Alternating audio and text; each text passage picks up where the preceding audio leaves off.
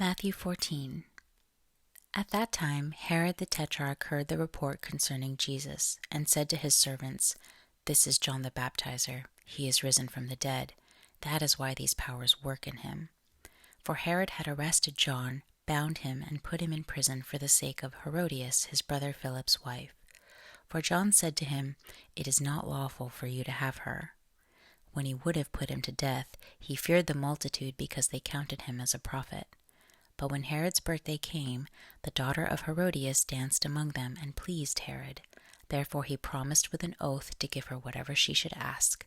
She, being prompted by her mother, said, "Give me here on a platter the head of John the Baptizer." The king was grieved, but for the sake of his oath and of those who sat at the table with him, he commanded it to be given.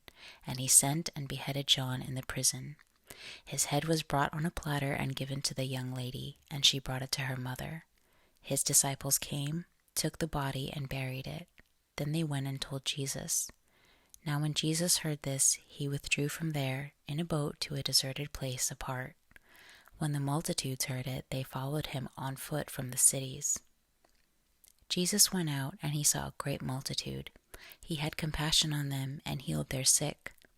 When evening had come, his disciples came to him, saying, "This place is deserted, and the hour is already late. Send the multitudes away, that they may go into the villages and buy themselves food." But Jesus said to them, "They don't need to go away. You give them something to eat." They told him, "We only have here 5 loaves and 2 fish." He said, "Bring them here to me." He commanded the multitudes to sit down on the grass, and he took the 5 loaves and the 2 fish, and looking up to heaven, he blessed, broke, and gave the loaves to the disciples, and the disciples gave them to the multitudes. They all ate and were filled. They took up 12 baskets full of that which remained left over from the broken pieces. Those who ate were about 5,000 men, in addition to women and children. Immediately Jesus made the disciples get into the boat and go ahead of him to the other side, while he sent the multitudes away.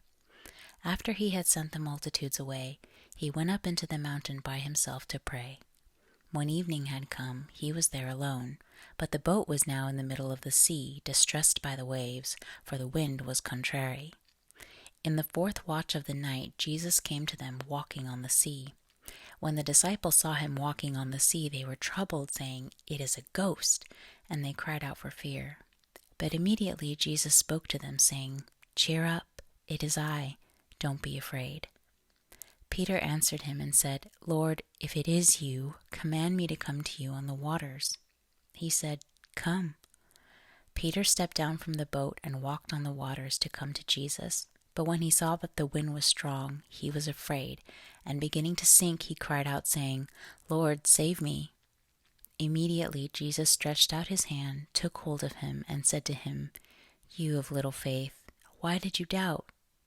When they got up into the boat, the wind ceased. Those who were in the boat came and worshipped him, saying, "You are truly the Son of God." When they had crossed over, they came to the land of Gennesaret. When the people of that place recognized him, they sent into all that surrounding region and brought to him all who were sick, and they begged him that they might just touch the fringe of his garment. As many as touched it were made whole.